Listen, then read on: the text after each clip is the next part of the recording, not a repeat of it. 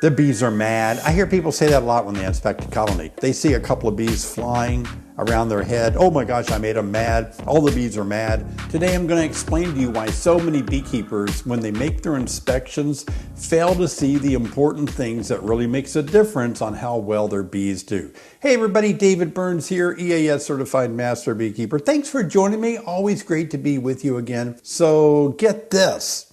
Several years ago, it was before COVID, I used to offer courses here at my training center, and one of the courses was 3 days. It was called a Beekeeping Academy.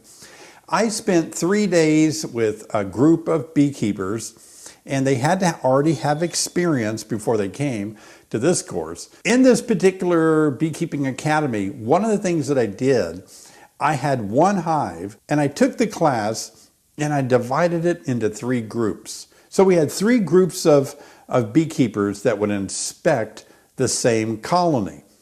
Now, I gave them my inspection guide, which many of you have downloaded from my website, and that was a guide that they were to use. It asked questions like, is there a mated queen? Are there eggs? How much brood? How many eggs? How many frames of capped over brood?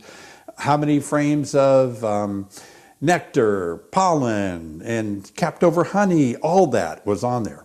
So each group took their time to go do an inspection. And we had a spokesperson that after 3 groups had inspected the same hive, not at the same time, but on the same day, then they would come back and one of their spokespersons would go to the front of the classroom and they would give a report on what they found. And get this, the first group reported that it was queenless and no eggs. The second group said it had a queen but no eggs. And the third group said it has a queen and there are eggs everywhere. Also, some of the other groups, the first 2 groups, said the hive was in trouble. There wasn't any brood. It didn't look good. Something needs to be done. Where the last group that inspected it, they said it looks like it's in top shape. There's a queen, there's lots of eggs, there's lots of brood. Well, who was right? The third group was. So why did the first 2 groups totally not see the queen or her eggs or her brood? I have an answer for you. And what's interesting is this is really going to help you if you're currently a beekeeper or if you're new to beekeeping this year. This is going to be a huge jump for your beekeeping inspections. Let me explain it this way.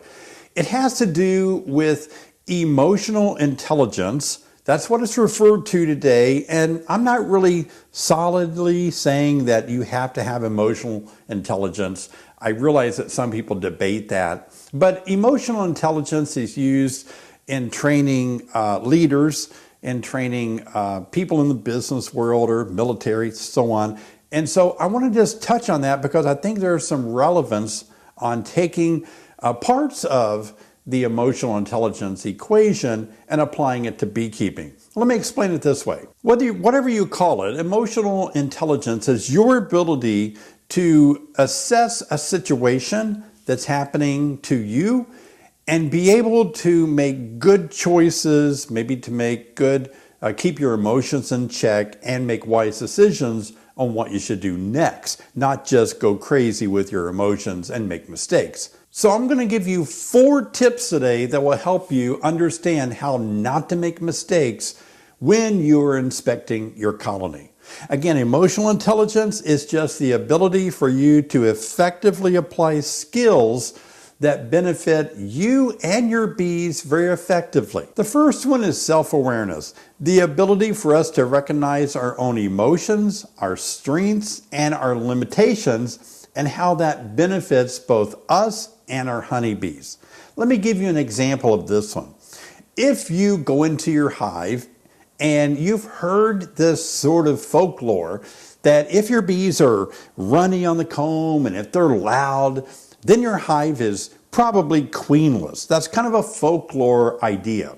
that if they have a queen, they're more calm and settled down and they're not so runny on the frames. So immediately you go to inspect your colony, and as soon as you open the lid and take off maybe your inner cover, you smoke them, you start taking a look, all at once you realize, man, my bees are so runny on the comb, they're so loud, you can hear them just roaring. I think they're queenless. Somewhere on the internet, I heard that if they're like this, they're queenless. Well, your emotions run wild with that. And so now you have a predetermined thought. And thoughts determine your emotions, and emotions determine your thoughts. So you begin thinking you have a preset that this hive is queenless. Now, in a group setting, like I told you in my story, sometimes there will be 2 or 3 other beekeepers, and they will confirm your suspicions. Oh yeah, I think this is queenless for sure. Oh yeah, me too. And all at once, there's kind of a riot mentality that queenless. And so no matter if you see the queen, no matter if you see eggs, you just see through it. You don't really recognize your queen at all. You've already determined through your emotions carrying you through what you're looking at. Now, I have served as a tester for the Eastern Apicultural Society in field testing new master beekeeper candidates. In fact, this next year, I'll be serving as the coordinator of that field inspection process. But each time I go and work with a candidate and I watch and I evaluate how they're handling their hive and what they're seeing, I see things when they're looking at a frame and they oftentimes don't see it. And so sometimes I'll say, do you see any possible pests that might be on this frame? Because I'm staring at 4 small hive beetles. Do they see them? Absolutely not. Why is that? Why can I see them and I'm standing further back than they are, and yet they're holding the frame and they can't see them? Oftentimes it has to do with emotions.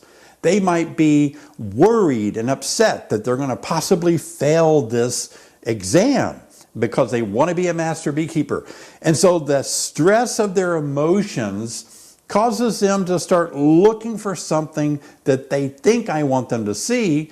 And so they're looking right past the small hive beetle. They're looking for a different pest, if I were to say that. So if we can stay in control of self-awareness of our emotions and our strengths and our limitations, then we cannot get caught up and let our emotions run wild with us. So the hive that we open that's kind of noisy and running around, sure, maybe they don't have a queen, but maybe they do. Not all colonies that are noisy and running on the frames are queenless. They're not. I've seen so many hives like that, and they have a very good laying queen. The second reason that many times beekeepers make mistakes when inspecting their hive is they do not have self-control. Self-control allows us to wisely manage our emotions and our impulses when we're doing our inspection. And it does take self-control, not to get caught up in, oh my, I'm scared. A lot of people who inspect their colonies, they don't have the confidence. They have fear,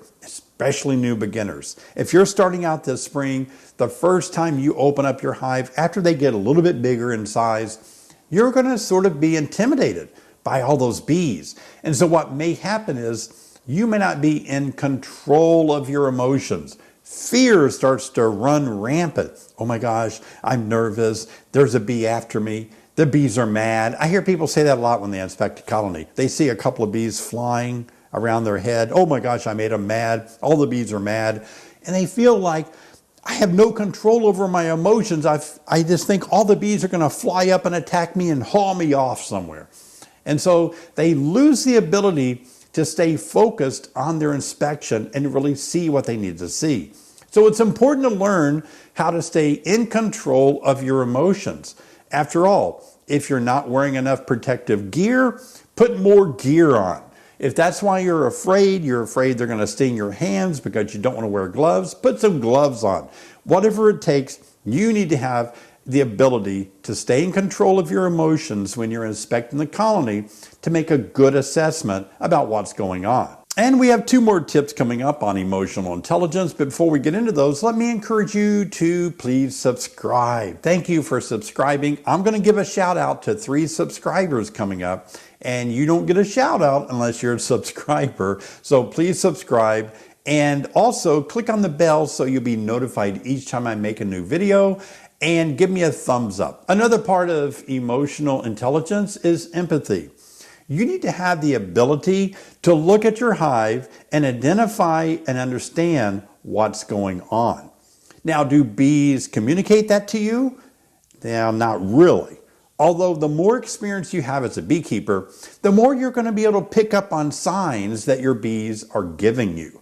You can start to realize when bees behave this way. I know what that means. So it's being able to sort of listen to your bees, if I can say that, and be able to pick up on signs that they're giving you. And so you're looking at your bees and you're saying, oh, I can tell this hive needs more food, or this hive needs more room to expand. And so you have a relationship where you're starting to identify and understand your bees. And the last part of emotional intelligence is motivation.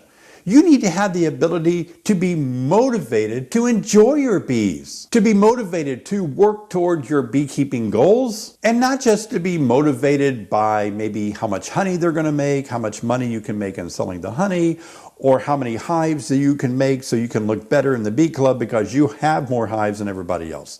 That's not really good motivation. A motivation should be, how can I really begin to understand and work with my bees so that I enjoy beekeeping? This is not a competition between you and other beekeepers. Just like I'm motivated to make a lot of YouTube videos about beekeeping because I want to help you. I want to help you understand how to be a better beekeeper. I don't watch other YouTube creators in beekeeping and decide how I can compete or keep up with them or do as good as them. Doesn't matter to me. I respect them for making beekeeping videos. That's great. But I'm motivated not for that end, but I'm motivated to help you. I want you to be a better beekeeper. That's a cool way to apply self-intelligence to beekeeping. By the way, to my right here, I have a frame. I'm going to give away an ultimate beekeeping course, one of my ultimate online courses worth $269 for the first person who can identify what this is and what it's used for. You have to answer both of those correctly. The first person to do that will win my ultimate online beekeeping course worth $269. Just going to raise it up real quickly so you can get a quick glance of it. But this is what it looks like. What is it? I want to tell you, this is not a queen bar, a queen frame that raises queen cells. It's not that. These are not queen bar cells. It's not for raising queens from grafts. I want you to know that. So good luck with that. Also, by the way, Sherry wanted me to say that she is giving something free away every day on our Facebook page. If you haven't seen that, go to Facebook and look up Honeybees Online and you'll see our Facebook page. Now I want to give a shout out to 3 subscribers, and the first one is M. Gibbs Ruby, just outside of Seattle, Washington here, not near as cold as you, it sounds like, but temps dropping into the 20s at night. Good luck to all your colonies. Well, thank you so much for being a subscriber. Really appreciate that. Next, we're going to give a shout out to Johnny Powell, who says, thanks, David. How long will the queen last while I find her a new home? Well, if you're removing a queen from an existing colony to find another home for her, the best way to do that, Johnny, is to take a queen cage, like you get in a new package or something, save those, and then you can put her in there with several attendants, maybe some young nurse bees. And if you don't have any queen candy, you can use a marshmallow to kind of cap off one end. And that way she can stay in there many days. I would say 3 to 6 days. And sometimes we even take a little dab of honey and put it on the screen of that queen cage and help them take care of that queen a little bit. So you can keep that queen that way for several days. So thanks, Johnny, for being a subscriber to my YouTube channel. I really do appreciate that. Shout out to you. Next shout out to Jarman Farms, says, love how your videos always address just what I'm wondering. Well, thank you, Jarman Farms. I want you to know that that's something that I work hard to do, is figure out what are people needing help with? What are people wanting to know answers to? And so I kind of do that as best as I can. I realize I'm talking to people all over the world, and those of you in the US, some of you are in the South where it's already warm, and some of you are way up north covered in snow. A little hard to balance for me, but I try to do my best to figure out what can I say to really help answer questions you're wondering about. Hey, so I appreciate that, Jarman. I'm glad that works out well for you and I'm helping you. These Burns feeding systems that I created, I think, are awesome because they help beekeepers be able to feed their colonies, especially in the spring and in the fall when the colonies are colder, maybe clustered, or you just don't want to fool with an entrance feeder. Now these fit on your hive and they're great. We do have these in stock, but they are selling very fast, so get your hands on these. We have a lot of A-frames. They actually produced a lot of A-frames for us by mistake. So if you have 8-frame colonies, the smaller version of a 10-frame, we have a lot of 8-frames, but the 10 frames are going like hot potatoes. They are moving out fast, so please look at the description below. You can check out my website at Honeybees Online and check these feeding systems out. They really work great when you're experiencing some cold weather in the spring and your bees won't go down into that entrance feeder because it's just too darn cold. Package the bees, your new nucleuses that you have, feeding them from the top in the spring really makes a huge difference. Also, those of you that don't know it, we have a book that we produced. We were contacted by a company, a publishing company, and they gave us, get this, 6 weeks to write this book. So Sherry and I wrote this book. Some of you think I wrote it. I wrote one half of it. Sherry wrote the other half. Sherry is brilliant. She's very intelligent. She wrote the whole sections on pests and diseases. And some of you think, oh, Sherry's a woman, she wrote the recipes. No, she wrote a lot of the management of bees and different hives. So she did a great job. We both work hard. And so take a look at this book. If you order it from our website, it will be autographed. And if you get it on Amazon, it won't be. But it is a book that is so good. If you're a new beginner, you're just starting out in beekeeping, it has a lot of information. And if you're wondering about whether to start beekeeping or not, perfect. This book is just for you. So check that out on our website, honeybeesonline.com. Well, as you know, it is going to be colder this weekend, and some of you are worried about your bees getting too cold. You may have made some mistakes already about moving them into spring mode when they need to go back to winter mode. Again, depending on where in the U.S. you live, just made a video about that. Cold snap. Oh no, what do you do? Please watch this video. It's going to be very insightful for you.